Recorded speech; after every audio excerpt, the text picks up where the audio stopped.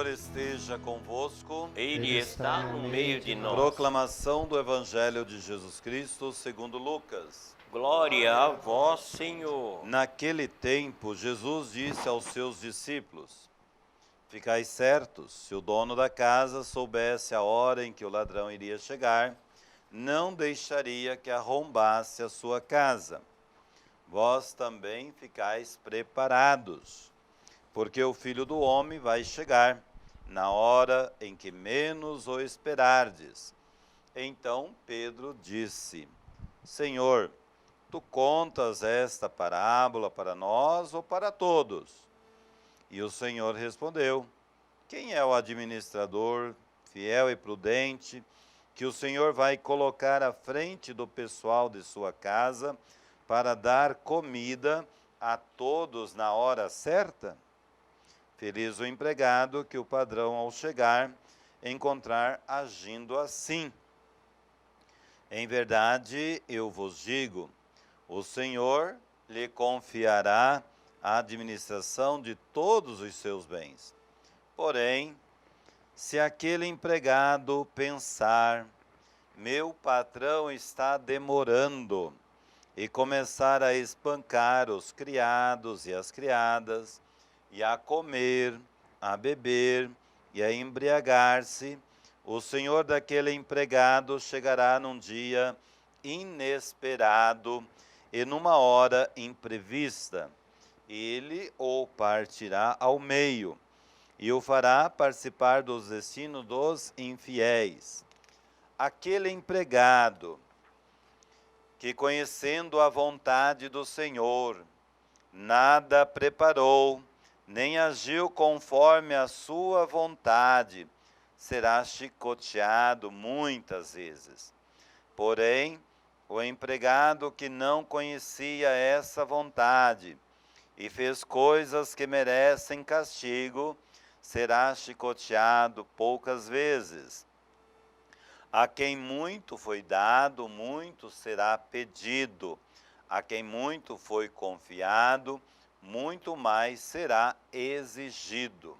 Amigos, irmãos em Cristo, para nós, palavra de vida, de esperança, palavra da salvação.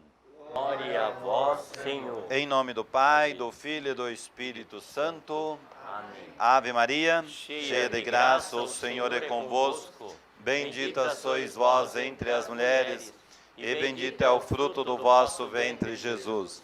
Santa Maria, Mãe de Deus, rogai por nós, pecadores, agora e na hora de nossa morte. Amém. Nossa Senhora das Graças, Rogai por nós. Sagrada Família de Nazaré, Rogai por nós. Coração Eucarístico de Jesus, Eu confio em vós.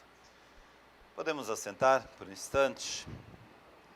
Prezada comunidade aqui presente, todos aqueles que nos acompanham pelas redes sociais, que neste momento possamos pedir essa graça, a luz do Espírito Santo, para iluminar a nossa vida, nossa história, nossa caminhada, iluminar o nosso interior. Hoje a palavra de Deus, Paulo, ele nos exorta para que o pecado não reine mais no nosso corpo, na nossa vida, na nossa história. Porque o pecado é uma falta contra a razão, contra a verdade, contra a reta consciência, contra os ensinamentos que Jesus nos ensinou. E muitas vezes nós ficamos no pecado porque nós não seguimos os passos do Senhor. Nós não seguimos suas leis, não seguimos seus mandamentos. E o pecado é uma falha contra a verdadeira ação amorosa para com o homem, a Deus e para com o próximo. E nós falhamos com este amor que Deus confia a cada um de nós. Então é preciso lutar, diz Paulo, para que o pecado não domine a nossa vida, a nossa razão, o nosso ser, o nosso existir. Nós somos chamados a cada dia, a cada momento, a se oferecer inteiramente a Deus. Diz Paulo, como pessoas vivas, que passa da morte para a vida. Não podemos nos oferecer a Deus vivendo e continuando no pecado. Esse é o maior desafio.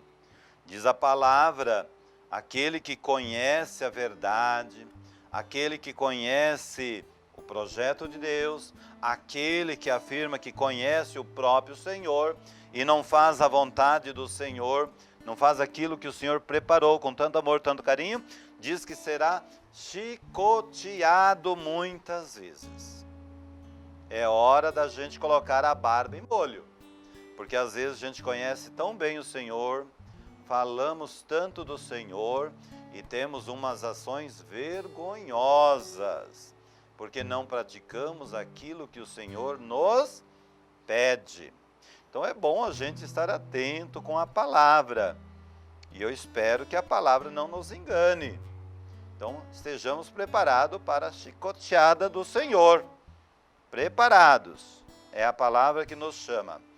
Quais são os pecados que destrói, que fere, que machuca a nossa vida? Se nós formos olhar, nós vamos contemplar.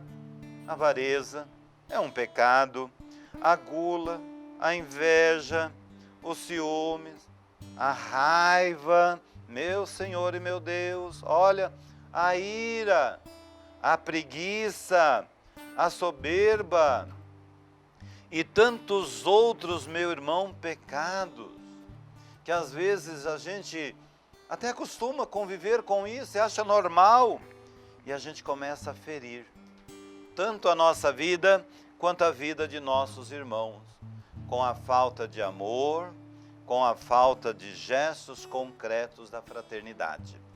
Quais são os pecados graves que ferem a nossa vida? Quando a gente olha para os próprios mandamentos, o texto do Evangelho vai nos mostrar o matar. E nós matamos o outro com tanta facilidade, tantas formas. Hoje o mundo está tão preocupado com as bombas, né? Está acontecendo em Israel, mas também no nosso dia a dia nós matamos tanta gente com as nossas atitudes pecaminosas, com nossos gestos, talvez que não é de acordo com o Evangelho. Cuidado, às vezes nós matamos muito mais que essas bombas que hoje explodem na vida de muitas pessoas. Diz a palavra, pecado que fere a nossa vida, o roubar. Às vezes nós roubamos até o sonho, a alegria do outro. O adultério, o prostituir, blasfemar, prejudicar o outro e a outra com ódio, com a vingança, com a maldade. Quantos pecados graves que nós carregamos na nossa vida. E muitas vezes nós convivemos com tudo isso, sem se preocupar com as consequências. E diz a palavra que o Senhor irá chegar. Qual é a nossa justificativa? Quando a gente está no pecado, quando a gente é cobrado, nós nos justificamos, nós não aceitamos, nós não admitimos que estamos no pecado, nós não aceitamos correções e nem cobranças. E agora diante de Deus, como vai ser a nossa atitude? Se Deus conhece o íntimo do nosso coração, se Deus conhece o homem pelo interior, não pelo exterior, quem rezou domingo, a palavra de Deus garante que o Senhor julga não pelas aparências, mas julga o homem e a mulher pelo seu interior. Então é uma verdade da palavra que nós precisamos ter essas mudanças do nosso interior para o nosso exterior. E muitas vezes nós convivemos com o pecado e achamos normal e não nos preocupamos com as consequências. Às vezes esse pecado, meu irmão, já não nos incomoda mais. Faz parte tanto da nossa vida que não nos incomoda mais. Eu creio, meu irmão, minha irmã, que o pecado que hoje nos prende, fere a nossa vida, a nossa integridade humana, Às vezes, o homem e a mulher peca tanto por não agradar a Deus. Talvez por não viver bem as leis, os preceitos, os mandamentos de Deus. E nós sabemos que uma boa confissão, que uma boa orientação, nós somos libertos. Meu irmão, é numa boa confissão que nós deixamos de ser escravos do pecado, escravos do mal. Quando o pecado domina a nossa vida, o nosso interior, precisamos fazer esta boa confissão, ter coragem de reconhecer as nossas falhas, porque no nosso corpo não pode reinar o pecado, a maldade. Por isso, que o primeiro passo para nós vivermos não no pecado, mas viver na graça, é viver bem o nosso batismo. E ele tem as suas exigências, porque nós somos chamados a viver como filhos da luz, filhos de Deus. E nós nos tornamos filhos a partir do quê? Do nosso batismo. E Deus não nos quer escravos, diz a palavra, do pecado, mas nós sejamos livres para a vida. Assim devemos nos entregar inteiramente a Deus. Devemos nos entregar cada vez mais por meio da palavra, da Eucaristia. Nós devemos assumir de verdade o nosso batismo, nosso papel de cristão. Diz a palavra, devemos ser sepultados e um dia ter a graça de ser ressuscitado com Ele. E assim poderemos caminhar com o Senhor numa vida nova. Não só aqui, mas na eternidade, quando a gente faz a vontade de Deus. Não devemos ser o que nós somos hoje, homens do pecado, mas nós devemos ser filhos da luz, filhos de Deus. E assim, não devemos morrer para o mundo, mas devemos morrer para Deus, para estar com Deus, para permanecer com Deus. Cabe a cada um de nós comprometer, cabe a cada um de nós lutar contra o pecado e aderir cada vez mais o projeto de Deus em nossa vida, na nossa caminhada. Por isso que a palavra de Deus nos chama para viver com responsabilidade a nossa vida de filhos e filhas de Deus. Isto é, estar sempre vigilantes, estar sempre atentos. E Pedro, ele faz uma pergunta. Está contando isso, Senhor, para nós ou para os outros? Talvez, meu irmão, essa é uma pergunta que cabe a nós. Quem será, pois, o administrador, talvez, de chega à porção perfeita, preocupa-se inteiramente com o outro? Assim nós devemos administrar, talvez, as nossas responsabilidades e administrar com responsabilidade. Talvez pode ser uma administração do nosso próprio corpo. Eu creio que nós precisamos hoje tomar muito cuidado, não só zelar do exterior, mas cuidar do interior, primeiro passo na nossa vida.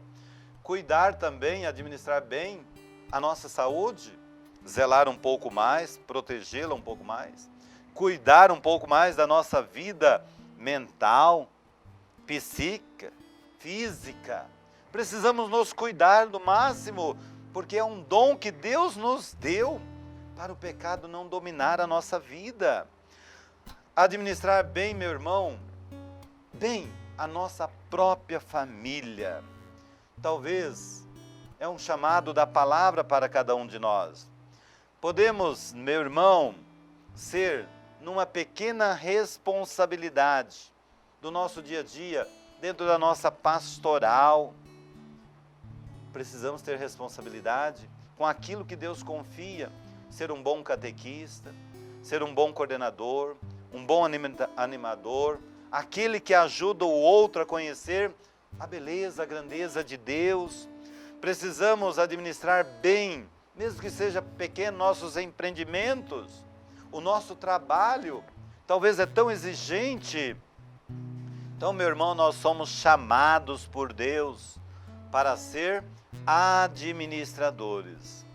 Se o Senhor nos confiou uma parte para administrar, para cuidar, talvez não foi um todo, é claro, é bom saber disso, mas cada um tem que fazer um pouquinho no reino de Deus e que seja bem feito. Eu não sei o que Deus está confiando em você, mas faça cada vez mais, bem melhor e bem feito. Não queiramos administrar o mundo, não queiramos, meu irmão, se não somos capazes de administrar a nossa própria vida. Corremos o risco de querer administrar muitas coisas e não administramos bem a nossa vida. Não conseguimos viver bem em família, maritalmente, pais e filhos. Quantas vezes nós nos deparamos com essa realidade? Ninguém tem tempo para ninguém, porque quer administrar tudo, mas não administra nem a própria vida. Então, diante desta imensa criação que Deus fez, continua fazendo ainda hoje, esse jardim belíssimo que Deus fez, começando pela nossa vida, pelos nossos trabalhos, meu irmão, Ele que entregou tudo isso aos cuidados do homem e da mulher, aos cuidados da humanidade, é preciso que sejamos administradores fiéis e prudentes. Santana Galvão, que nós celebramos hoje, soube administrar os seus dons que Deus lhes confiou. Nós temos um santo brasileiro próximo de nós. Quem sabe podemos aprender com Santana Galvão a administrar aquilo que Deus continua confiando a cada um de nós. Foi um homem prudente, um homem que soube fazer a vontade de Deus, um homem que passou a servir melhor os seus irmãos. E o Evangelho, ele nos pergunta, como perguntou para Santana Galvão, quem é o administrador fiel e prudente? Quem é que o Senhor irá colocar à frente da sua casa para dar comida a todos na hora certa? Não é deixar para depois não, meu irmão. Quantas vezes a gente deixa tudo para depois e não faz depois? Na hora certa. É palavra de Deus para nós. Então, a vigilância é a palavra-chave do Evangelho para cada um de nós hoje. Assim nós devemos, meu irmão, estar sempre preparados para a vinda, para a chegada do Senhor, porque não sabemos o dia e não sabemos a hora. Nós não sabemos o dia, nós não sabemos a hora que virá o Senhor. E Jesus falou do pai de família, Jesus falou do ladrão, falou daquele que viria aquela noite, e o pai ficaria como? Vigiando, e não deixaria nada de mal acontecer em sua casa. Querida comunidade, você que reza conosco, quantas coisas estão acontecendo em nossas famílias? Porque nós estamos deixando de ser vigilantes. Nós estamos deixando de cuidar, nós estamos deixando de zelar, nós estamos deixando de proteger a nossa casa. Muitas coisas ruins acontecem porque não confiamos, não buscamos o Senhor, não rezamos mais em família. E o mal entra, toma conta da nossa casa.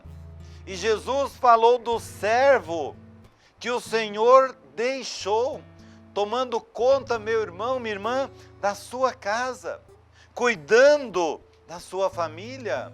O bom servo, aquele vigilante, é aquele que está atento com o que está acontecendo em sua volta. É aquele que alimenta bem a sua família. E Jesus vai dizer, o servo relaxado é aquele que espanca, é aquele que fere, é aquele que machuca a família. Cai na farra, diz o Evangelho, cai na bebedeira, diz o Evangelho, descuida das suas obrigações, dos seus deveres. Quantas famílias nós temos vivendo assim? Quantas famílias?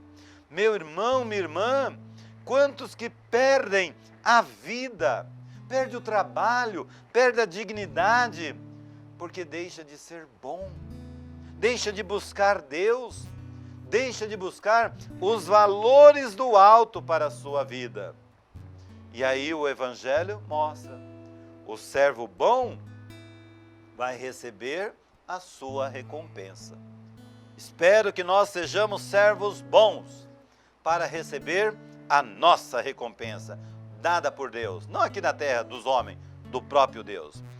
O servo relaxado, diz a palavra, vai ser despedido. Olha que dor! Vai ser castigado. Assim Jesus, meu irmão, quer que nós, como filho, filha, sejamos bons, sejamos aquela que cuida, protege, que fica em vigilância constante, oração constante, e Deus confia muitas coisas a cada um de nós. Deus confia muitas coisas a cada um de nós, ainda hoje. Um dia, eu, você, nós vamos prestar contas a Deus. Como? Eu não sei. Então estejamos, meu irmão, sempre vigilantes. Estejamos em oração para o mal não entrar em nossa vida, em nossa casa, no nosso trabalho.